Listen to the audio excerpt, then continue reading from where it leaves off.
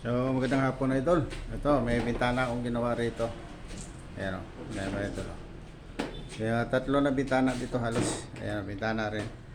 Nilagyan ko na ito ng frame. Ayan idol. Frame.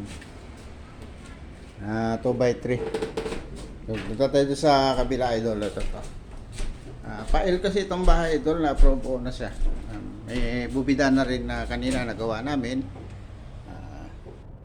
Kalahating araw lang yung kisame. Ayan po idol. Tapos na. Tapos nilagyan ko na rin to idol ng frame para dun sa sliding window na ilalagay. Ayan o. Malinis na siya o. Double wall na lang ang kailangan nito idol. Pero sinadida muna ito double wall kasi gusto na lipatan ng may-ari.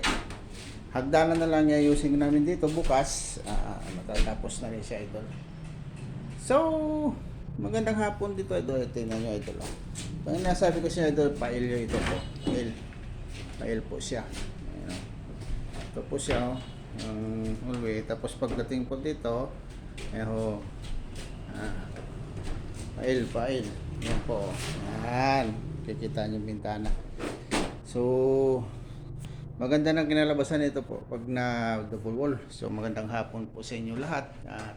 Maraming suporta, maraming salamat sa inyo suporta. Kay Dodong Works.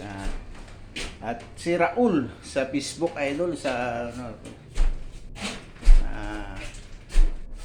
magandang hapon sa inyo. Uwi na kami alas 5 na idol. At maraming salamat sa inyo suporta. God bless idol at mag-ingat kayo.